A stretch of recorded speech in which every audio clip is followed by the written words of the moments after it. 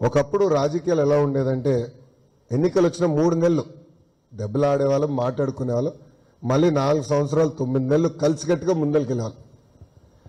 అసెంబ్లీలో కూడా హోరాహోరీ డిబేట్ అయిన తర్వాత బయటకు వచ్చి ఇద్దరు కూర్చుని, అంటే ఇరు పార్టీ నాయకులు కూర్చుని టీ తాగుతూ ఇష్యూ పైన డిస్కషన్ జరిగేదంట.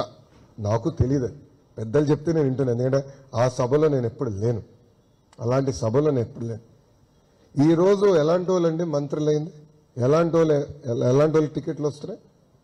ఎవరైతే బాగా బూతులు మాడతారో, ఎవరైతే బాగా తిడతారో, ఎవరైతే ఇంట్లో ఉన్న మహిళల్ని కించపరిచే విధంగా మాట్లాడతారో వాళ్ళకే పదవులు వస్తున్నాయి. తల్లి, వాళ్ళకే మంత్రి పదవులు, వాళ్ళకి ఎమ్మెల్యే పదవులు, వాళ్ళకి ఎంపీ పదవులు. సో రాష్ట్రం గురించి ఎవరు ఆలోచించట్లేదు.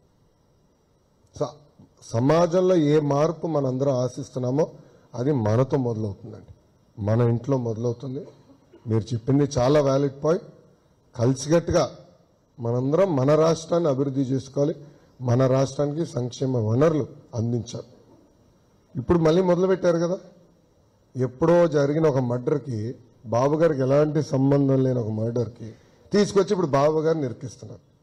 అంటే ఇరికించలేరు, ఆయన తప్పు చేయలేదు కనుక. బట్ పాయింట్ ఇక్కడ ఏంటంటే ఇప్పుడు తీసుకొస్తున్నారు. దశాబ్దాలు అయింది, అది అయిపోయింది, ఇట్స్ క్లోజ్ చాప్టర్. మళ్ళీ తీసుకొస్తున్నారు. ఎవరు తీసుకొచ్చారండి? వాళ్ళందరూ ఇప్పుడు వెళ్ళి వైకాపా కండువా కప్పుకున్నారు. మొన్నటి వరకు అనేక సంఘాల పేరుతో ఆ ముసుగులో ఉన్న వాళ్ళందరూ ఇప్పుడు వెళ్ళి వైకాపాలో చేయరు. ఇది ప్రజలు గమనించాలి, ఇది ప్రజలు గుర్తించాల్సిన అవసరం చాలా చాలా ఉంది. బాబు గారు నేను రాజకీయాల్లోకి రావాలనుకున్న ఒకే ఒక మాట చెప్పారు, రాజకీయాల్లో నువ్వు ఒకటి డిసైడ్ చేసుకోవాలన్నారు.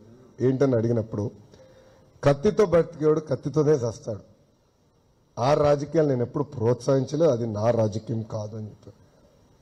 అందుకే ఈరోజు 73 సంవత్సరాల్లో కూడా హాయిగా ఆయన పడుకోగలుగుతారు. ఎందుకంటే మనస్సాక్షిగా ఎవరినైనా ఇబ్బంది పెట్టలేదు. మనస్సాక్షిగా ఆయన ఏనాడు హత్య రాజకీయాలు ప్రోత్సహించలేదు. అందుకే 53 రోజులు జ్యుడిషియల్ రిమాండ్లో ఉన్న 100 పైగా దేశాల్లో ఆయనకి సంఘీభావం తెలిపారు. హైదరాబాద్లో 45,000 మంది ఐటీ ప్రొఫెషనల్స్, క్రికెట్ మ్యాచ్ వస్తే ఎవరండి ఇంటి బయటకు వచ్చేది? క్రికెట్ మ్యాచ్ జరుగుతున్నా బయటకు వచ్చి ఆయనకు అండగా నిలబడ్డారు 45,000 మంది ఐటీ ప్రొఫెషనల్స్. అది ఆయన చేసిన సంక్షేమ అభివృద్ధి రాష్ట్రానికి.